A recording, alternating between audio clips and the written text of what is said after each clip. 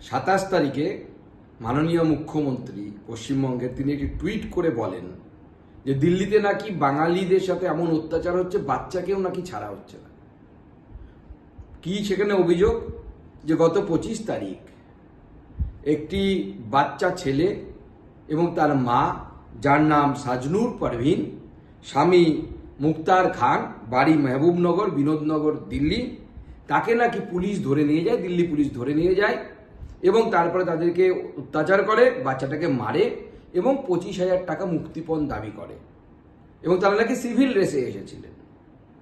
আজকে দিল্লি পুলিশ তদন্ত শুরু করার পর আজকে দিল্লি পুলিশের তরফ থেকে ডিসিপি অভিষেক ধানিয়া সাহেব তিনি প্রেস কনফারেন্স করে পরিষ্কার বলে দিয়েছেন যে পশ্চিমবঙ্গের মুখ্যমন্ত্রী আসলে একজন মিথ্যেবাদী, ফেক মুখ্যমন্ত্রী।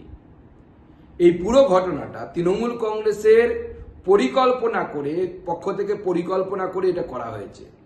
এই যে ভদ্রমহিলা সাজনুর পারভিন, তার আত্মীয় মালদায় যিনি থাকেন, তিনি তৃণমূল কংগ্রেসের সক্রিয় কর্মী এবং নেতা।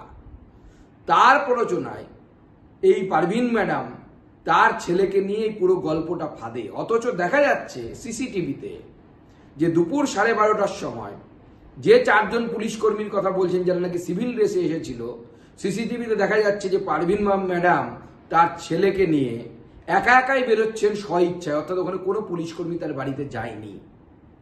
মাননীয় মুখ্যমন্ত্রীকে আজকে আমি প্রশ্ন করতে চাই যে বাঙালিদের উপর অত্যাচার, বাচ্চার উপরে অত্যাচার বলছেন, আর আপনি এতটা নিচে নেমে গেছেন যে আপনার বাড়ির বাচ্চাদের বড়লোক করতে হবে বলে, কোটি কোটি সম্পত্তির মালিক করতে হবে বলে বাচ্চাদের নিয়েও রাজনীতি শুরু করে দিয়েছেন।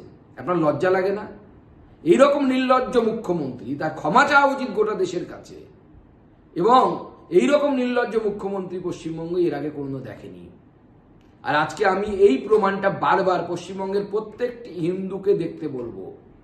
দেখুন, আপনাদের অপোজিটে যে সমাজ আছে, যারা তৃণমূল কংগ্রেসের হয়ে দুধেল গায়ের কাজ করে, তারা রাজনৈতিকভাবে কতটা সচেতন, নিজের পরিবারকে, আত্মীয়কে ব্যবহার করছে যাতে করে বাঙালি বাঙালি সেন্টিমেন্ট তৈরি করা যায় এবং আপনারা বোকা হয়ে তৃণমূল কংগ্রেসের পক্ষে ভোট করেন। আমি দিল্লি পুলিশকে অনুরোধ করব এই তদন্তকে এগিয়ে নিয়ে যাওয়ার জন্য, পশ্চিমবঙ্গের মুখ্যমন্ত্রীর বিরুদ্ধে মামলা দায়ের করার জন্য আমি অনুরোধ করব। কারণ পশ্চিমবঙ্গের মুখ্যমন্ত্রী পুরো মিথ্যেবাদীর কাজ করেছেন, মিথ্যে কথা বলেছেন, পশ্চিমবঙ্গের 10 কোটি মানুষকে বোকা বানানোর চেষ্টা করেছেন। এই ধরনের মুখ্যমন্ত্রীকে আমরা ধিক্কার জানাই, আমরা প্রতিবাদ জানাই।